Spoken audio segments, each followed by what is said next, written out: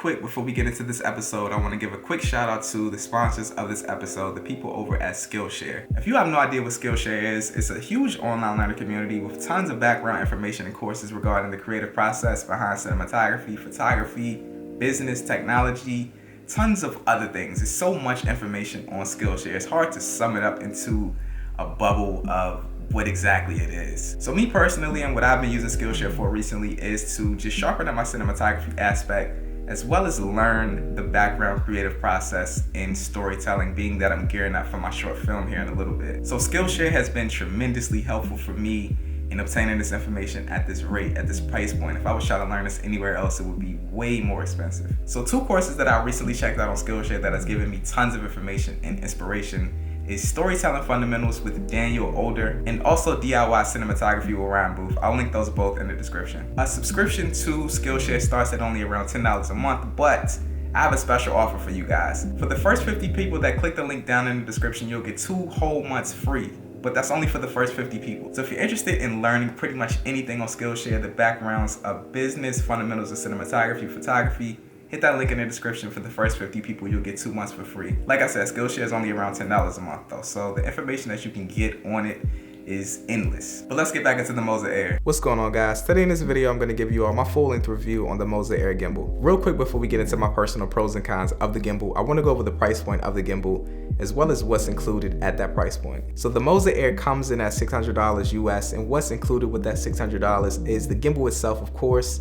It also comes with the tripod for you to be able to balance the camera on the gimbal. It comes with the dual handlebar setup as well for the people who want to use the gimbal with a little bit more stability like myself. It also comes with the cool thumbstick as well as a pretty nice hard case to carry it in, and also the essential charging cables and all the essential things that come with pretty much every other gimbal. So at the price point of $600, this thing is stacked. Like what you get for $600, it pretty much blows any other gimbal out of the water. Now, aside from sheer price point and what it comes included in the gimbal, I'm gonna go over a few of my pros about the gimbal. One thing that I really love about the gimbal is the build of it. It's like the texture of it is just so comfortable and nice to hold. It's almost like rubber on aluminum. I can't even really explain it. Once you touch it, you'll feel it. But the build of the gimbal is nice. Everything feels solid. It doesn't feel cheap at all.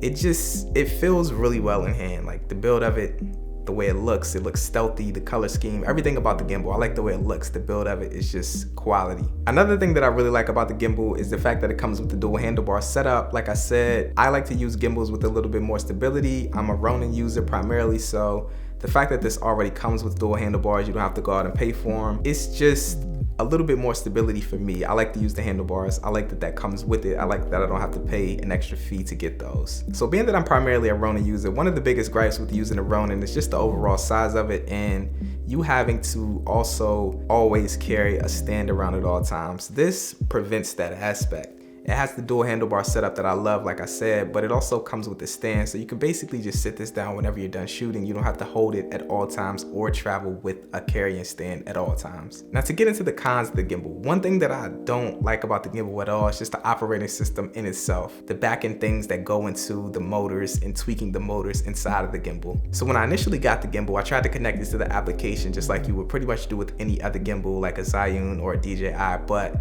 I was getting constant issues, and it even prompted me to download a more enhanced, updated version of the application, which still did not work for what I wanted to do with the gimbal. Now, I'm a person who likes to tweak my motors and get the settings to exactly how I like it, and with using the application, I just was not able to go in and do pretty much any of the tweaking that I like to do on gimbals. So I pretty much had to use the gimbal out of the box with the motors how they were. It wasn't bad, it was just an okay experience. Like I said, I like to tweak things to how I like to shoot. Nobody really shoots the same. After having no luck using the application on my phone, I went to my computer and I downloaded the application, which works pretty fine, and it in turn lets you adjust the motors to how you like them. It's just a very tedious process to do it that way. You have to go in, you have to tweak the motors, and then you have to try it out to see if you like it, and then if you don't, you have to bring it back to the computer, and then you have to tweak it, and it's just a lot of back and forth action. So I eventually got the motors to a place where they were decent. I didn't get them to where I love them like I have my Ronin, but it works. It's just a very tedious back and forth process that I just don't want to do when I'm using a gimbal. Now, this gimbal supports a pretty solid weight capacity. I'm not going to go into the specifics of it, but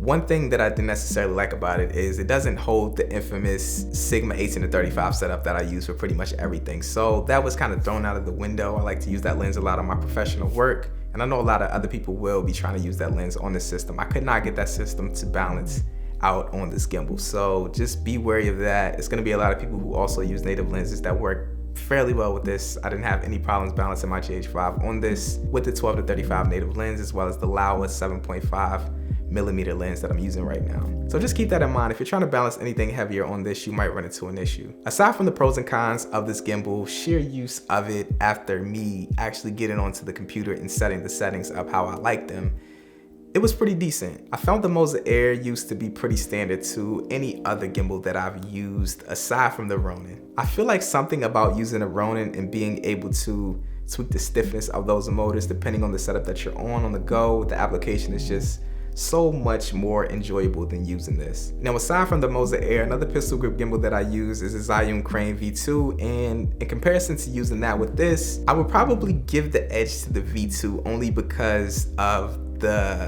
ability to tweak the settings on the go. But like I said, after I was able to hook this up to the computer, tweak the motors to a good space, the use was decent. It was pretty standard. Now, for the sheer price point of the gimbal, what's included into it, and just the overall experience after you're able to get it to a space that you actually like it, I find that this is actually a really good gimbal for the price. This gimbal is also loaded with tons of other features like live motion time lapses, etc. I just wasn't personally able to use those features because of the lack of support through the smartphone application. So who was the Moza Air gimbal for?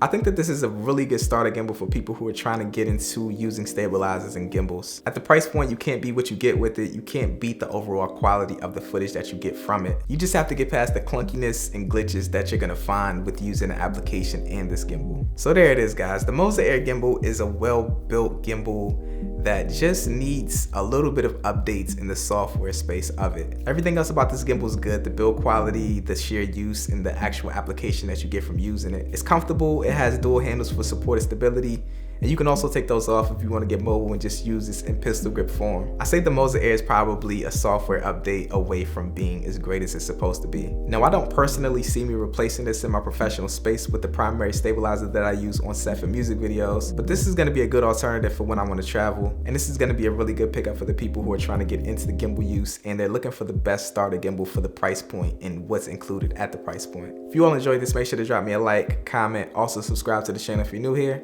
Peace out, guys.